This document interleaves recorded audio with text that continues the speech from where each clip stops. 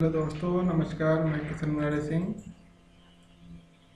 आज मैं आपको प्रोसेस बताने जा रहा हूँ एनजीओ दर्पण कैसे रजिस्टर होता है, इसमें क्या क्या डॉक्यूमेंट लगते हैं और कैसे कैसे प्रोसेस होते हैं। तो सबसे पहले हमें एनजीओ दर्पण के वेबसाइट पे जाना होगा।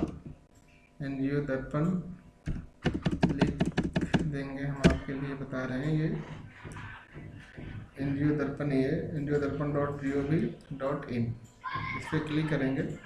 क्लिक करने के बाद हमें लॉगिन रजिस्टर पे क्लिक करना पड़ेगा। तो अगर लॉगिन है तो लॉगिन करना होगा, अगर लॉगिन नहीं है तो फर्स्ट टाइम में तो आपको साइन अप करना होगा। साइन अप में क्या होगा, नेम ऑफ एनजीओ डालना है, फिर कॉन्टैक्ट पर्सन का मोबाइल नंबर और कॉन्टैक्ट पर्सन का ईमेल आईडी डालना है, कैप्चा डालना है और सबमिट कर देना है। सबमिट करने के बाद में आपको मोबाइल और ईमेल आईडी पे ओटीपी जाएगा। ओटीपी जाने के बाद आपको ओटीपी डालना है और वेरीफाई करके फिर आपको वो पासवर्ड पूछेगा, पासवर्ड बना लेना है। बना लेने के बाद में आपको इसे साइन इन करना है। तो हमारा ये साइन अप हम कर चुके हैं, तो आपको प्रोसेस मैंने बता दी कैसे कैसे करने हैं। अब आपको साइन इन करके दिखाता हूँ। जैसे हमारे पास करुणा द कंपेसेशन का एक आईडी है, इसको मैं बनाता हूँ। यूजर आईडी, यहाँ पे यूजर आईडी आप मोबाइल नंबर, ईमेल आईडी या एनजीओ का पैन नंबर कुछ भी डाल सकते हैं और पासवर्ड जो बनाया होगा पासवर्ड डाल देते हैं। और यहाँ पे हम कैप्चा डाल देते हैं, कैप्चा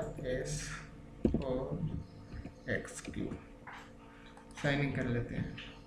देखिए लॉगिन ने दिखा दिया, यानी कि साइन इन हो गया। साइन इन हो गया।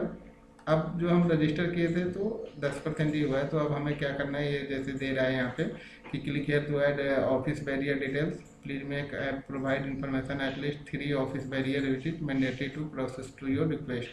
इसमें ये कह रहा है कि आपके एनजीओ के 3 मेंबर की डिटेल डालने हैं, उनका पैन नंबर, आधार कार्ड वेरीफाई होगा, उनकी डेजिग्नेशन में आपको चेयरमैन, सेक्रेटरी और ट्रेजरर, इन 3 लोगों का डालना मैंडेटरी होता है।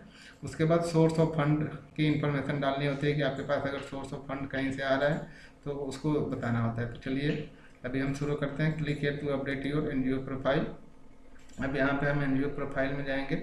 हमारा पैन कार्ड वेरीफाइड हो गया है, एड्रेस हो गया, ये यहाँ पे एनजीओ का पैन हो गया, ये हमारा सिलेक्ट कौन से स्टेट है, सिटी क्या है, ईमेल आईडी क्या है, रजिस्ट्रार ऑफिस से क्या है। जैसे अलग अलग एनजीओ के अलग अलग रजिस्ट्रार होते हैं, जैसे कोई ट्रस्ट है, सोसाइटी है, सेक्शन 8 है, तो उस तरीके से आप इसमें सेलेक्ट कर सकते हैं। जैसे ये सब रजिस्ट्रार है, सोसाइटी है तो सोसाइटी से, अगर कोई अगर ट्रस्ट होता है तो सब रजिस्ट्रार से होता है, अगर कोई चैरिटी या कोई अगर कॉरपोरेट सोसाइटी है तो उसके रजिस्ट्रार ऑफ कंपनी जो सेक्शन 8 के लिए होता है। तो ये हमारा सोसाइटी है, तो सोसाइटी के केस में हमारा जाएगा रजिस्ट्रार ऑफ सोसाइटी। फिर उसके बाद रजिस्ट्रेशन नंबर, यहाँ पे आपको जो रजिस्टर्ड सर्टिफिकेट मिलता है उसमें लिखा होता है वो डाल सकते हैं। और उसका एक्ट XX ऑफ 1860, अगर एनजीओ की वैलिडिटी है तो एनजीओ की वैलिडिटी होती नहीं है तो इसलिए नो कर दिया। FCRA नहीं है तो नहीं कर दिया। यहाँ पे हम एनजीओ का एड्रेस डाल देते हैं। यहाँ पे सेलेक्ट डिस्ट्रिक्ट डाल देते हैं दिल्ली। अगर आपका वेबसाइट है तो वेबसाइट डाल सकते हैं, वेबसाइट नहीं है तो कोई बात नहीं, आप उसको छोड़ भी सकते हैं। जैसे इसका उनका वेबसाइट है तो ये हमने वेबसाइट डाला हुआ है। इसके बाद RC अपलोड है, इसमें व्यू करके देख सकते हैं जो आपने डाला होगा वो यहाँ पे दिखेगा कि इनका ये है।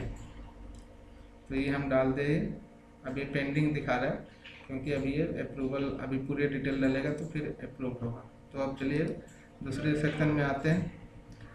रजिस्ट्रेशन डिटेल में, रजिस्ट्रेशन डिटेल में ये सारे चीज़ें आपने जो डाला हुआ है वो यहाँ पे दिखा रहा है। अब मेंबर डिटेल में जो मेंबर आपको डालने हैं, अब जैसे देखिए इसमें 3 मेंबर का कंपलसरी डालना है, इसके अलावा और आप भी डाल सकते हैं, लेकिन कम से कम 3 लोगों का ज़रूर डालना है, चेयरमैन, सेक्रेटरी और ट्रेजरर, इन 3 लोगों का मैंडेटरी है।